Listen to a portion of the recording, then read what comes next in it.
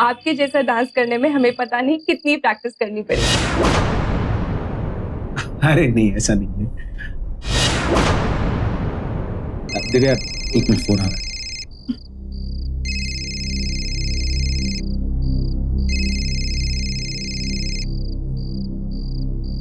Hello. या जी, मैं आता हूँ अभी। जी जी, थोड़ी देर में आता हूँ, 1 घंटे।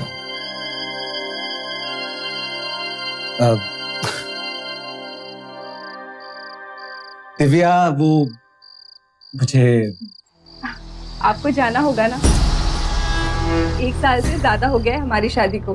अब तो आपके एक्सप्रेशन देखकर ही समझ जाते हैं कि आप क्या कहने वाले हैं। दिव्या, तुम तो जानती हो ना, नई नई कॉल सेंटर की कंपनी शुरू की है। अब अपनी कंपनी है तो जिम्मेदारी भी ज्यादा होगी और ज्यादा टाइम भी देना होगा। 1 आध साल और लगेगा सब कुछ सेट होने में, यही ना? Very smart. जाना पड़ेगा। बाय। Take care. जी।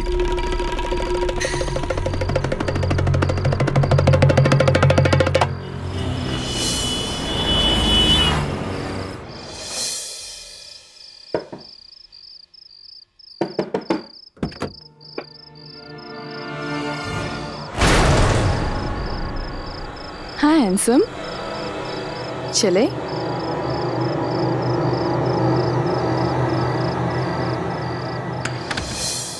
नमस्कार, मैं पूजा गौर सावधान इंडिया यूपी फाइट्स बैक में आपका स्वागत करती हूँ। धोखा एक ऐसी बला है जो पहले रिश्ते को खोखला करती है, फिर उसे खत्म। शादी के बाद जब पति या पत्नी कोई भी अपने पवित्र रिश्ते के बजाय धोखे से रिश्ता निभाता है तो साजिशें आकार लेती है। अमूमन कोई भी पति पत्नी जब भरोसे के साथ खिलवाड़ करते हैं तो उसके पीछे बाहरी प्यार शामिल होता है। लेकिन आज यूपी फाइट्स बैक में हम आपको नोएडा की एक ऐसी साजिश दिखाएंगे जिसमें गुनाह की वजह इतनी हैरत अंगेज थी कि आप भी उससे वाकिफ होकर यकीनन हैरान रह जाएंगे। नोएडा में अपनी मां के साथ रहने वाला राजीव एक शादीशुदा शख्स था जो नाइट ड्यूटी के नाम पर गैर औरतों के साथ रात गुजार रहा था। खास बात तो ये है कि ये सिलसिला नया नहीं था। अंधेरा होते ही अपनी बीवी को अंधेरे में रखने के लिए राजीव झूठ बोलने लगता। पर इसके पीछे की क्या वजह थी? राजीव और दिव्या को देखकर ऐसा बिल्कुल नहीं लगता था कि उनके बीच प्यार नहीं। फिर दूसरी औरत की दहलीज पर दस्तक देने की क्या वजह थी? आखिर रात के अंधेरे में कौन सी ड्यूटी कर रहा था राजीव? माँ, चाय।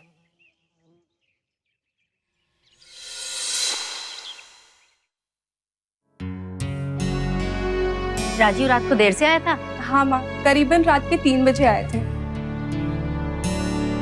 कितना मेहनत करता है बेचारा। माँ, 1 मिनट।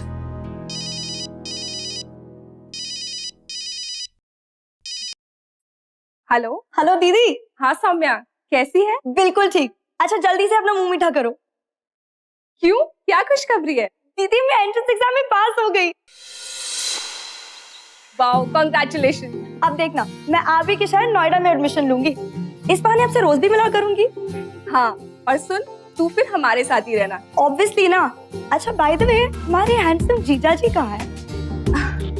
ठीक है, अभी सो रहे हैं। वो क्या है ना, कॉल सेंटर का नया काम स्टार्ट किया है तो वहीं बिजी रहते हैं। कोई बात नहीं दीदी, हम जीजू से आराम से बाद में बात कर लेंगे। अच्छा अब मैं रखती हूँ। Bye bye. मॉर्निंग माँ। कल रात को बहुत देर से आया और फिर चल दिया। वो अमेरिका से नए क्लाइंट्स आए, उनके साथ मीटिंग है, जाना पड़ेगा माँ।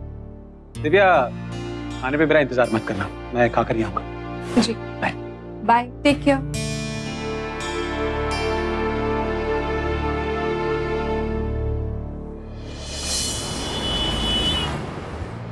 अरे देखो, मैं यहाँ हूँ।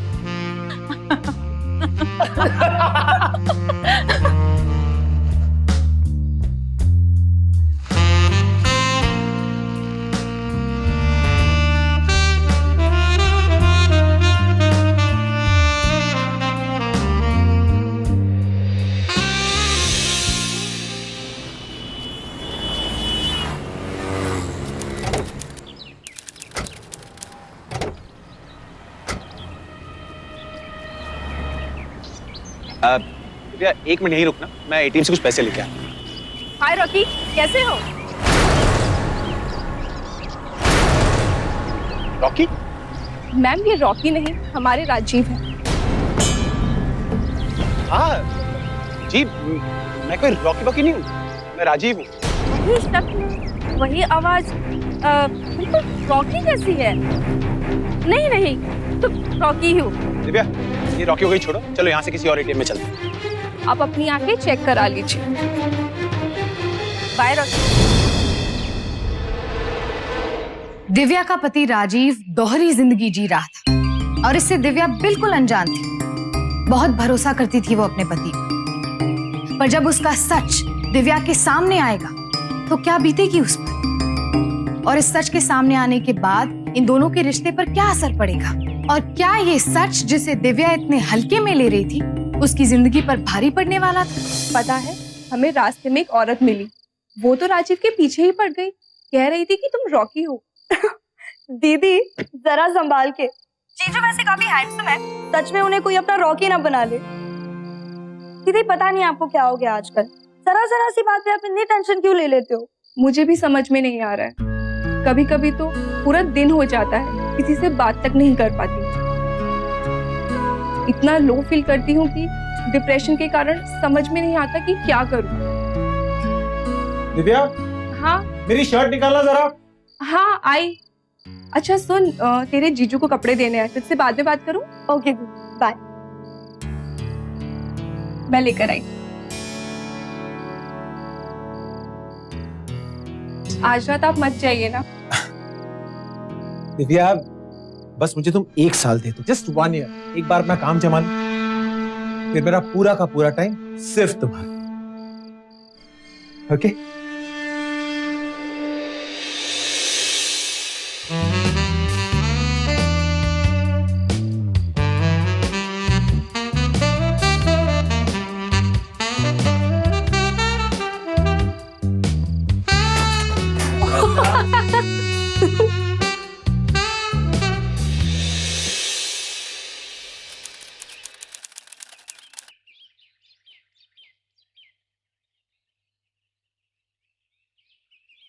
Morning mom.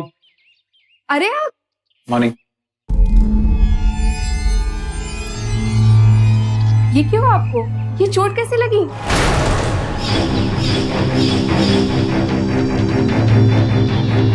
ये वो क्या? दिखाना जरा, कितनी गहरी चोट लगी है। पर आपको ये चोट लगी कैसे? दिव्या कुछ नहीं, वो ऑफिस में थोड़ा पानी गिरा हुआ था, स्लिप हो गया और लग गई। कहीं ऑटो नहीं लगी ना? हाथ दिखाइए अपना। हाँ, और कहीं नहीं लगी है, आई एम फाइन। पर ऐसे कैसे हो सकता है? आप स्लिप हुए और सिर्फ चेहरे पर ही लगी? तू भी ना इसके घाव पे बर्फ लगाने की जगह ये फालतू की बात लेकर बैठ गई। क्या जाके बर्फ लेकर आ। हाँ हाँ हाँ, मैं लेकर आती हूँ। और बेटा ध्यान रखा कर। हाँ जी। दिव्या मैं अभी घर आ रहा हूँ, तैयार है ना? कोई फिल्म देखने चलेंगे। Okay okay bye.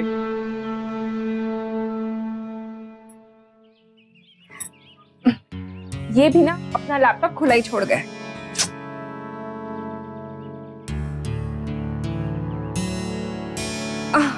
चलो मैं भी थोड़ा नेट सर्फिंग कर लेती हूँ। अरे ये देख, सेक्टर 18 में लुटेरों का भांडाफोड़ और 6 गिरफ्तार। आजकल में नोएडा पुलिस बहुत अच्छा काम कर रही है।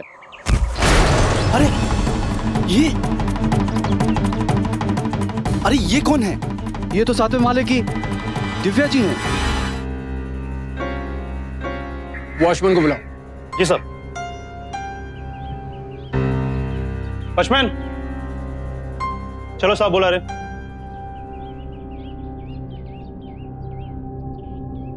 सलाम साहब। सलाम साहब। जब ये हादसा हुआ तुम दोनों ड्यूटी पे थे? जी हाँ साहब। कौन से माले से गिरी थी मैडम? सर वो 7वें माले से कूदी थी सर। अच्छा, तुमने इनको कूदते हुए देखा था? नहीं सर। तो फिर तुम्हें कैसे पता कि ये खुद ही कूद गई? ये भी तो हो सकता है कि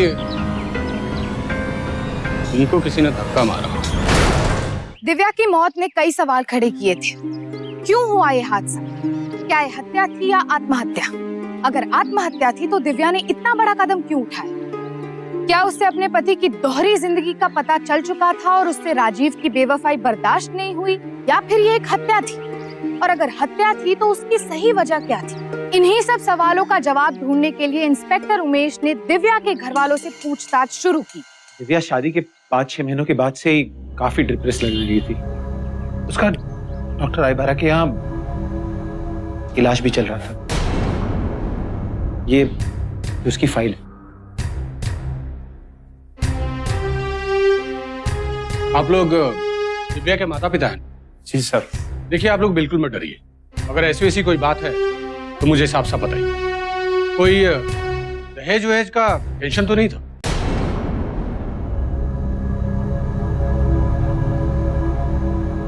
नहीं सर, ऐसी कोई बात नहीं थी। सर, दीदी हमेशा जीजू की बहुत तारीफ करती थी। अच्छा, ये डिप्रेशन वाली बात आप लोगों को कब मालूम पड़ी? सर, दी ने मुझे कई बार फोन पे डिप्रेशन वाली बात कही थी। शादी के बाद जीजू के बिजी होने की वजह से दीदी बहुत अकेली पड़ गई थी। सिंह साहब, इस नंबर पे डॉक्टर आइबरा को फोन करो और उनको पुलिस थाने आने को बोलिए।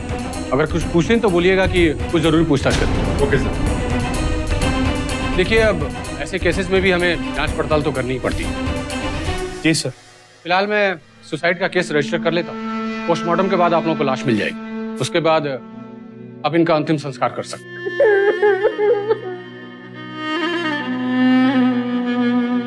सर, डॉक्टर आइब्रा आज 2 बजे पुलिस स्टेशन आ रहे हैं।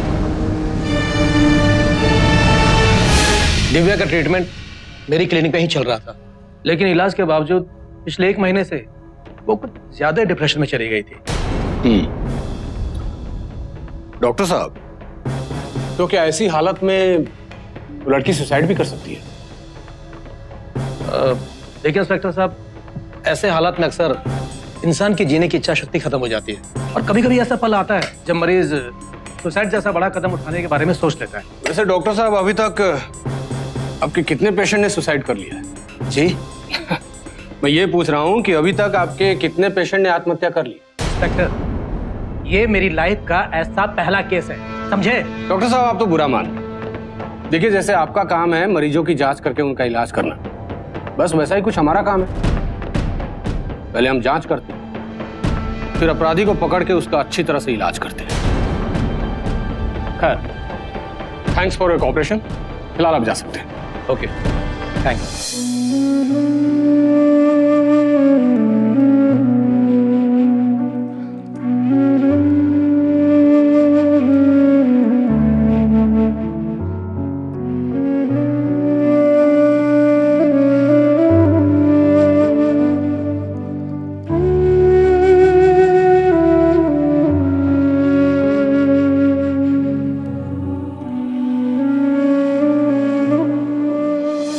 सर, दिव्या मनचंदा की पोस्टमार्टम रिपोर्ट आ गई है। क्या लिखा है? सर, दिव्या की मौत सर के पिछले हिस्से में गहरी चोट लगने से हुई है। सिंह साहब, इसका मतलब दिव्या के सर के पीछे चोट 7वें माले से गिरने से ही लगी हो। जी सर, उसे डिप्रेशन की बीमारी भी थी। फिर तो सिंह साहब केस ही क्लियर हो गया, पूरी तरह सुसाइड का केस है। ठीक है, एक काम कीजिए, सारी कागजी कार्रवाई पूरी करके दिव्या सुसाइड केस का फाइल बंद कर दीजिए। Okay sir. पोस्टमार्टम की रिपोर्ट के बाद पुलिस को दिव्या की मौत के पीछे कोई साजिश नजर नहीं आई, इसीलिए दिव्या के डिप्रेशन को ही उसकी मौत की वजह मानी गई। पर क्या यही सही वजह थी? कहीं ऐसा तो नहीं था कि दिव्या को राजीव का सच पता चल गया था और इसीलिए वो इतना बड़ा कदम उठाने पर मजबूर हो गई थी? पुलिस और दिव्या के घर वालों को किसी पर शक भी नहीं हो रहा था, पर 1 महीने बाद जब दिव्या की बहन सौम्या जीजू के घर रहने आई, तब वो ये नहीं जानती थी कि किस खतरनाक सच से उसका सामना होने वाला था। जी नमस्ते। नमस्ते। आप लोग ऐसे अचानक, अगर आप बता देते कि आप कौन सी ट्रेन से और कब आ रहे हैं तो किसी को स्टेशन भेज देते ना आपको लेने के लिए। आइए, आओ बेटा। सौम्या का एडमिशन इसी शहर के इंजीनियरिंग कॉलेज में हो चुका है, लेकिन हॉस्टल के लिए अभी 2 महीने बाकी है, तो हमने सोचा। अरे अपना घर होते हुए सौम्या हॉस्टल में क्यों रहेगी? ये घर भी सौम्या का ही है। सौम्या तुम ऐसा करो, अंदर के रूम में अपना सामान शिफ्ट कर लो। थैंक्स जीजू। अभी थैंक्स बोला ठीक है, लेकिन आज के बाद नो थैंक्स, ओके?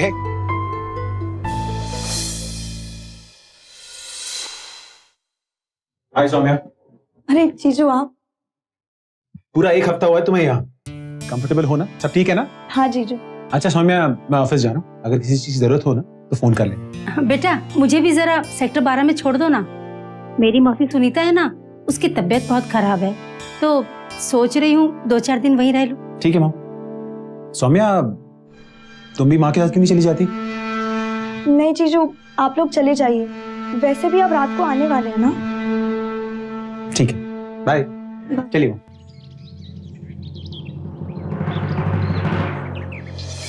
अरे hello hello, phone switch off. Charger का रख दिया मैंने।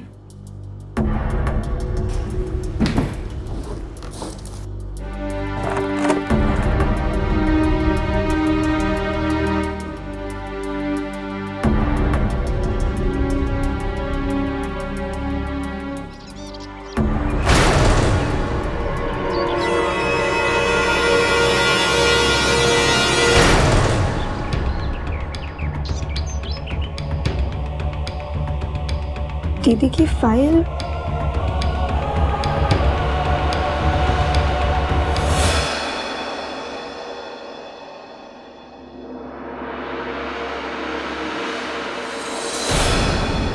पच्चीस अगस्त 2011 से अगर दीदी की ट्रीटमेंट शुरू हुई थी, उसके बाद दीदी एक बार हमसे मिलने भी आई थी,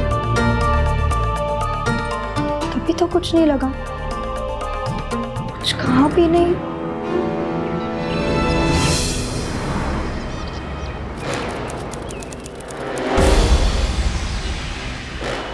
एड्रेस तो यही है, पर यहाँ पर तो किराने की दुकान है।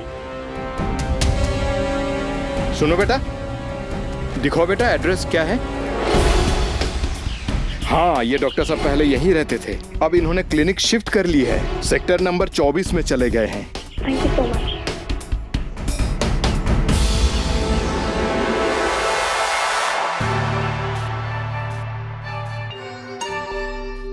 अब एक्सक्यूज मी। यस, मुझे डॉक्टर आइब्रा से मिलना है। ओके, आपकी अपॉइंटमेंट है? जी नहीं, पर मैं उनकी एक पेशेंट दिव्या मनचंदा की छोटी बहन है और ये उनकी फाइल है, मुझे अर्जेंटली उनसे मिलना है, प्लीज। 1 सेकेंड। सर, आपकी पेशेंट दिव्या मनचंदा की सिस्टर आपसे मिलने आई है। ओके सर,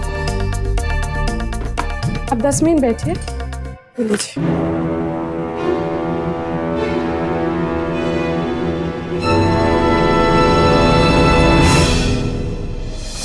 डॉक्टर, मैं सिर्फ इतना जानना चाहती हूँ कि आखिर मेरी बहन के साथ हुआ क्या था। दिव्या को काफी समय से डिप्रेशन की शिकायत थी। लेकिन ऐसे कैसे हो सकता है? हमने तो कभी ऐसा कुछ महसूस नहीं किया। देखिए, शादी के पहले उसकी बीमारी खुलकर सामने नहीं आई, क्योंकि उस वक्त उसका डिप्रेशन, उसका अकेलापन दूर करने के लिए आप लोग हमेशा उसके आसपास रहते थे। लेकिन शादी के बाद राजीव उसे अपना ज्यादा समय नहीं दे पाता था, और यही वजह है कि उसका डिप्रेशन काफी बढ़ गया।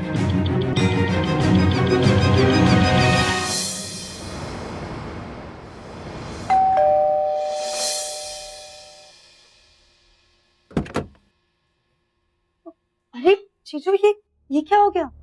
कुछ नहीं सौम्या, बस थोड़ा सा कट गया। आप अंदर आइए।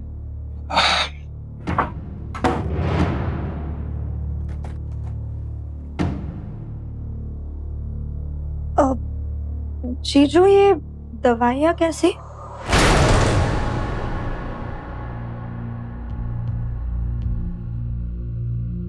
अरे ये तो दिव्या की डिप्रेशन दूर करने वाली दवाई है। यहाँ कैसे? पर ये ऐसे खुली क्यों पड़ी हुई है? हाँ सौम्या, मैं भी हैरान हूं, क्योंकि मैंने खुद कहीं कई बार दिव्या को अपने हाथों से दवाइयां दी, लेकिन इसका मतलब दिव्या ने ये गोलियां कभी ली नहीं। मैंने उसे दी और उसने इस बॉक्स में रख दी। इसीलिए उनकी प्रॉब्लम ठीक होने के बजाय और बढ़ गई।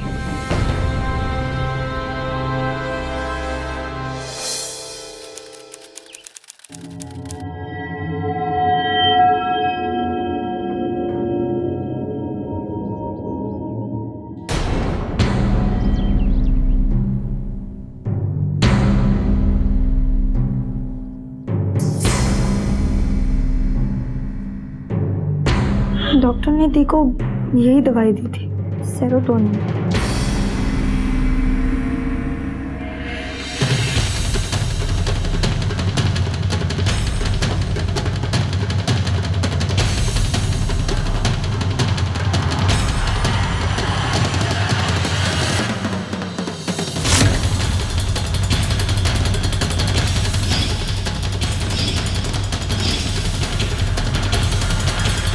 ये दवाई तो बिल्कुल भी अलग है, कलर, शेप, सब कुछ अलग है। लेकिन चीचू में जो वो तो सफेद थी। दिव्या की मौत पर पड़ा रहस्य का पर्दा सौम्या के शक से सरकने लगा था। हाँ, इस बात में कोई शक नहीं था कि दिव्या डिप्रेशन का शिकार थी, पर एक सवाल जो इत्तेफाकन सौम्या की तहकीकात से उभरने लगा था वो ये था कि क्यों राजीव अपनी पत्नी दिव्या को वो सारी दवाइयां दे रहा था जिसका ताल्लुक डॉक्टर की प्रिस्क्राइब दवाइयों से बिल्कुल भी नहीं था। ये सवाल बेहद चौंकाने वाला था, पर जब इस सवाल का जवाब सौम्या के सामने आया तो उसके होश उड़ गए।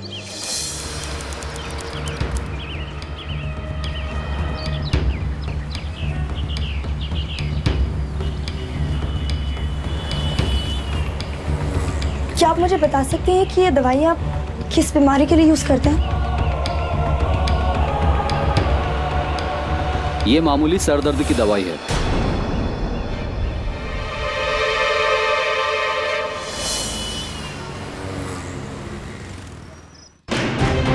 ये तो दिव्या की डिप्रेशन दूर करने वाली दवाई है, क्योंकि मैं खुद कई बार दिव्या को अपने हाथों से दवाइयां दी।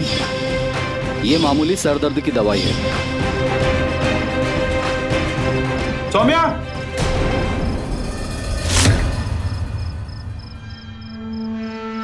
तुम्हारी माँ का फोन है, कह रही है कि तुम्हारा मोबाइल लग नहीं रहा था इसलिए मेरे मोबाइल पे किया। Thank you. हेलो। अरे तेरा फोन क्यों नहीं लग रहा है? हाँ, वो मेरी फोन की बैटरी चली गई थी। तो ठीक तो है ना? Hello hello.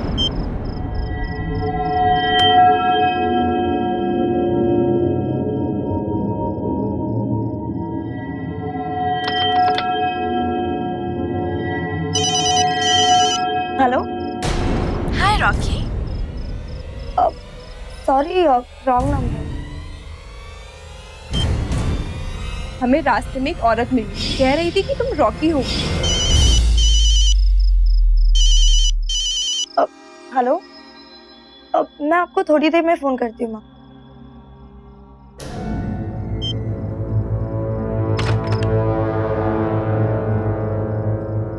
जीजू, एक फोन आया था, मम्मी का फोन समझ के मैंने उठा लिया। एक लेडी थी, किसी रॉकी के बारे में पूछ रही थी। तो तुमने क्या कहा? मैंने रॉन्ग नंबर बोल के कट कर दिया। ठीक ही किया ना, रॉन्ग नंबर है तो रॉन्ग नंबर ही कहोगी। मैं रॉकी थोड़ी ना। चलो ठीक है, मैं चलता हूँ।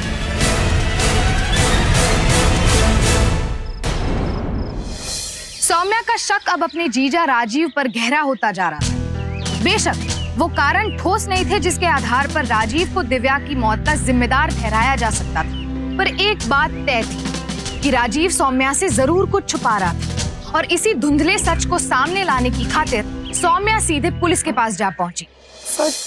सर, हमें लग रहा है कि जीजू कुछ छुपा रहे हैं। सर, झूठ पे झूठ बोलते जा रहे हैं। पहले वो दवाई का झूठ, और अब ये रॉकी का। सर, राजीव ने जिस कॉल सेंटर कंपनी के बारे में बताया था, ऐसी कंपनी तो है, पर राजीव का उस कंपनी से कोई लेना देना नहीं है। सर मुझे शक हो रहा है कि दीदी की मौत के पीछे कुछ और ही वजह है।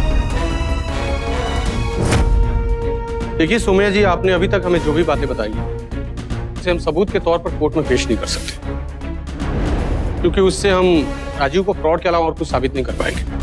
पर सर सिंह साहब, वो कॉल सेंटर का नंबर ट्रेस कीजिए और पता कीजिए कहाँ का है। Okay sir.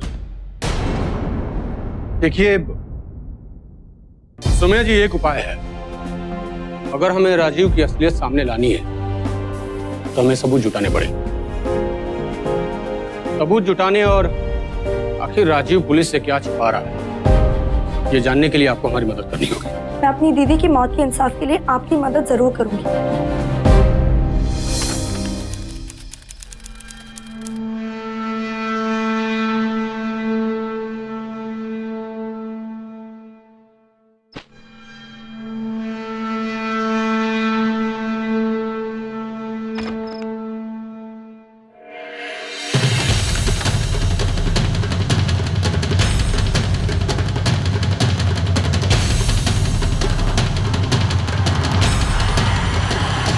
डॉक्टर आयब्रा, आज 12 बजे आपसे मिलने हमारे एक दोस्त आएंगे। हमारी तरफ उनकी भी हेल्प कर दीजिएगा। पैसे की डील अपने हिसाब से कर लीजिएगा।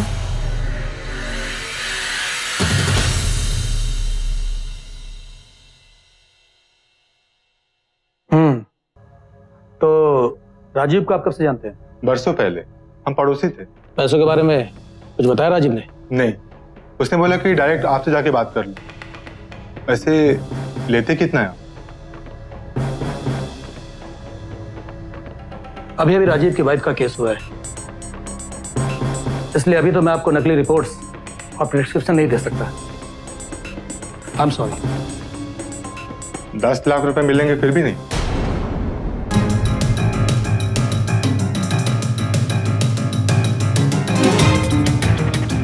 एक लाख रुपए एडवांस दीजिए।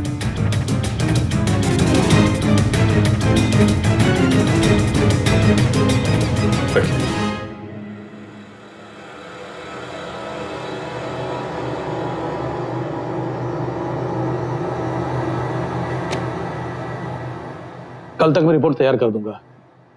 Thank you.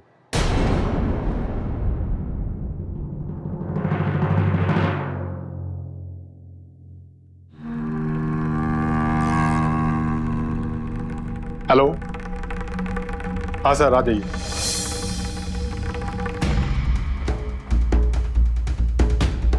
आइए सर।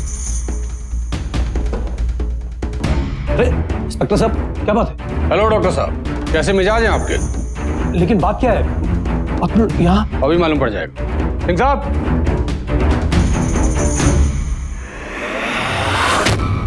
भाई हमारे डॉक्टर साहब को जो आपने पैसे दिए थे, जरा चेक कीजिए कहाँ रखे हैं इन्होंने। कौन सा पैसे? देखिए कोई पैसे नहीं। अरे हमें किसी कोई देखिए सर, एक मिनट आपसे नहीं खोल सकते। पुलिस को अपना काम करने दीजिए।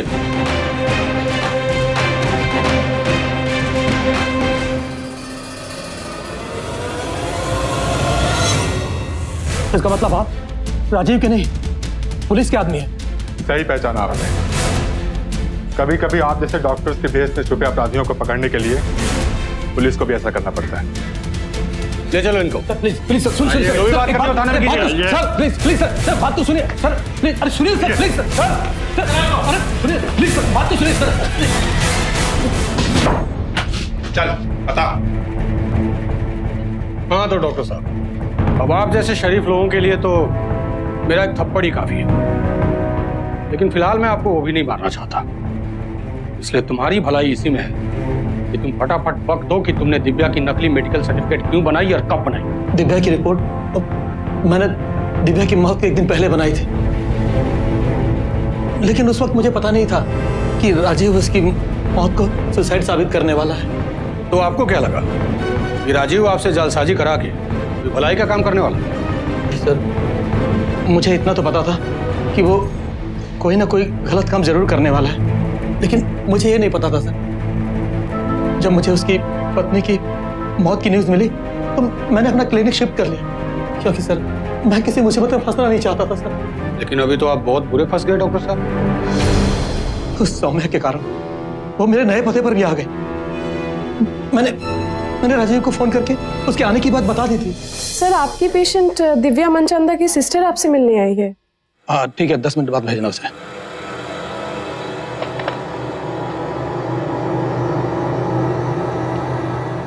अब राजीव, दिव्या की बहन आई हुई है यहाँ पर। राजीव ने दवाइयां दिखा के सौम्या के मन में शक पैदा होने से पहले उसे दूर कर दिया। उसके बाद क्या किया राजीव? उसके बाद मुझे कुछ नहीं पता सर। अच्छा, राजीव को तुमसे किसने मिलवाया था? वो सीमा नाम की एक लेडी लेकर आई थी सर। सिंह साहब। जी सर। ये हमारे शरीफ डॉक्टर साहब के फोन से राजीव और वो क्या नाम है मैडम का, सीमा मैडम का नंबर निकालो और उन दोनों के फोन को रिकॉर्ड पे डालो। Okay sir. और सौम्या, मेरे ख्याल से आपका राजीव के घर में रहना खतरनाक होगा, क्योंकि अगर उसे जरा सा भी एहसास हो गया कि आपको उस पर शक है, एक बार किसी को मारने वाला इंसान कुछ भी कर सकता है। लेकिन सर अगर मैं अचानक घर से चली गई तो शक होने के चांसेस ज्यादा हैं। जीजू संभल जाएंगे और वो भागने की भी कोशिश कर सकते हैं। ठीक है, आप वहीं पे रहो, लेकिन हाँ, मेरे नंबर को हमेशा स्पीड डायल पे रखना और जैसे किसी खतरे का एहसास हो मुझे फौरन फोन करना।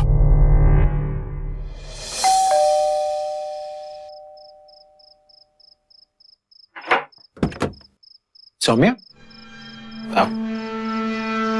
सौम्या, आजकल बड़ी देरी से आने लगी हो तुम। हाँ जीजू, वो कॉलेज में ना प्रैक्टिकल्स के एक्स्ट्रा क्लासेस चालू हैं, इसीलिए। अच्छा ठीक है, तुम फ्रेशन अप हो जाओ, साथ में खाना खाते। जाओ।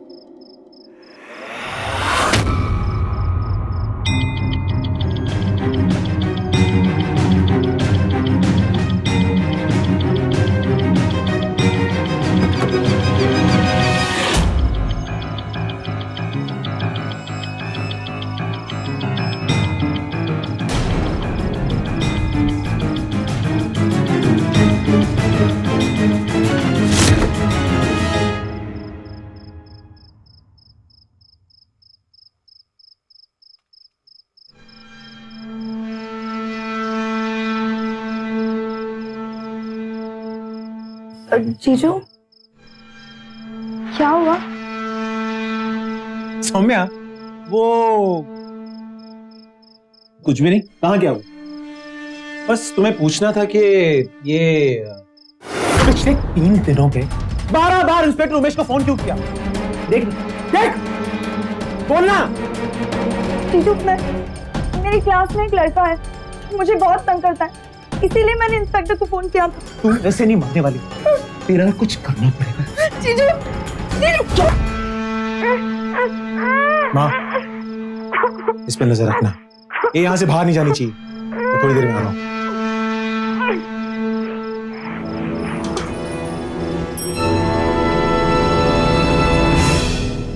राजीव के व्यवहार में अचानक से आया ये बदलाव ये साबित करने के लिए काफी था कि सौम्या का शक गलत नहीं था। जैसे ही राजीव को लगा कि सौम्या और कानून की जुगलबंदी अब उस पर शिकंजा कसने लगी है, तो उसने अपना असली रूप दिखा ली।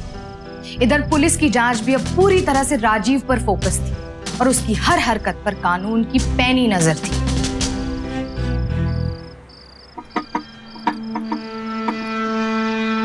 हेलो सीमा, लगता है पुलिस को हम पे शक हो गया। क्या बक रहे हो? हाँ सीमा, और ये सब कुछ उस सौम्या के कारण हुआ है, और हो सकता है कि पुलिस मेरा फोन भी टैप कर रही है। ये क्या नया बखेड़ा खड़ा कर दिया? तुम्हारी रोज वाली ग्राहक का फोन आया था, बुलाया है तुम्हें आज रात को। नहीं सीमा, कुछ और दिन तक मैं ऐसा कुछ नहीं कर सकता, समझो बात। तुम्हें पता है ना कि वो तुम्हें एक रात के 35,000 रुपए देती है, और तुम मना कर रहे हो? देखो, मैं उसको मना नहीं कर सकती, क्योंकि अगर उसे एक बार मना कर दिया तो वो हाथ से निकल जाएगी। तुम कैसे भी करके वहाँ आधे घंटे में पहुँचो। ठीक है सीमा, मैं पहुँच जाऊंगा, लेकिन इससे पहले तुम्हें मेरा एक काम करना होगा। हाँ बोलो। अपने 2 आदमियों को मेरे घर भेजना और उनको बोलो कि जिंदा या मुर्दा सौम्या को वहां से उठवाए और किसी ऐसी जगह जाकर फेंकें जहां पुलिस को भी उसकी लाश नहीं मिलनी चाहिए, याद रहे। और हाँ, एक और बात, सीमा, आज रात की मेरी टिकट करवाना इंडिया से बाहर की। वो भी हो जाएगा। ओके।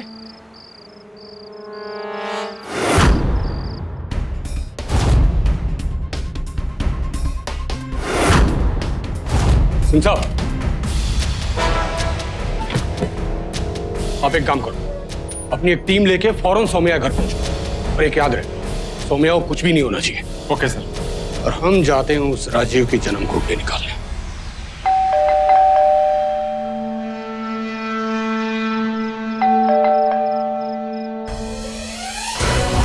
भाई साहब किससे मिलना है?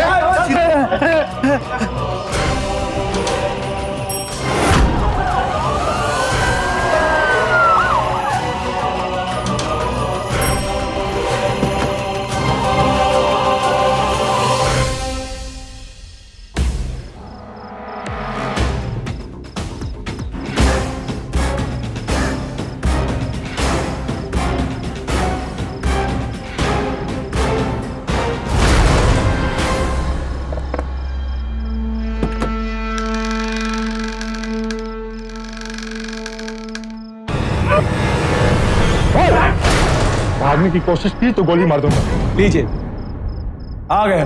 कपड़े उतारो ना। क्या बात है, आज इतनी जल्दी है?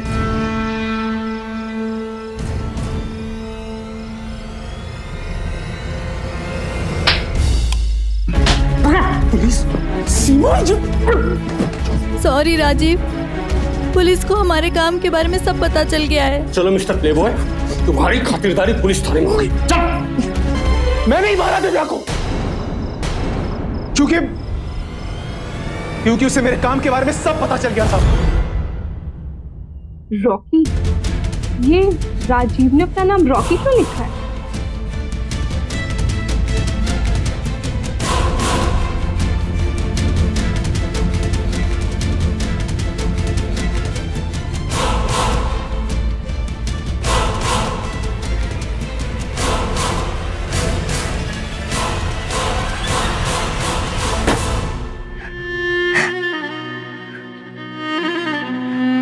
उसे पता चल गया था कि मैं पैसों के लिए औरतों को खुश करता हूं। हम दोनों में बहुत बड़ा झगड़ा हुआ। दिव्या बहुत नाराज हुई मुझ पर। दिव्या देखो, समझने की कोशिश करो। मैं घिन आ रही है मुझे आपसे। मेरी बात समझने की कोशिश करो। मत हमें ये काम करते हैं आप। आपने मुझे और मेरे पूरे परिवार को धोखा दिया। कॉल सेंटर का बिजनेस है, कॉल सेंटर के नाम पे आप ये सब कर रहे हैं। मेरी बात तो सुन। देखो क्या था कि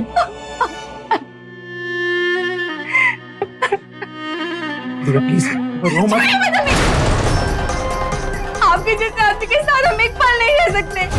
मेरी बात तो सुन लो। देखो क्या हुआ था। देख लेना, पूरी दुनिया को हम आपकी सच्चाई बता देंगे, ताकि फिर किसी और लड़की को और उसके परिवार आप बेवकूफ ना बना सके। देख लेना। क्या हो रही है? हाँ? क्या हो रहा है सब? माज, पता है आपकी बेटी क्या करती है? कि दूसरी लड़कियों के साथ होकर उनसे पैसे लेते हैं।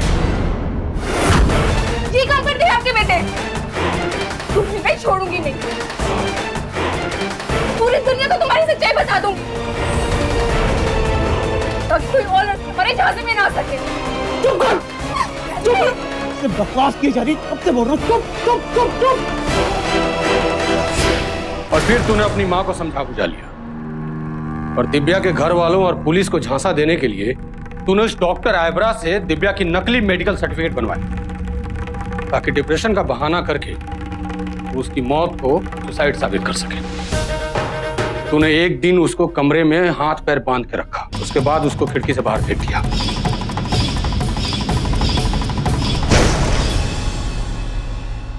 लेकिन तू ये भूल गया कि गलत रास्ते पे चलने का अंजाम भी हमेशा गलत ही होता है।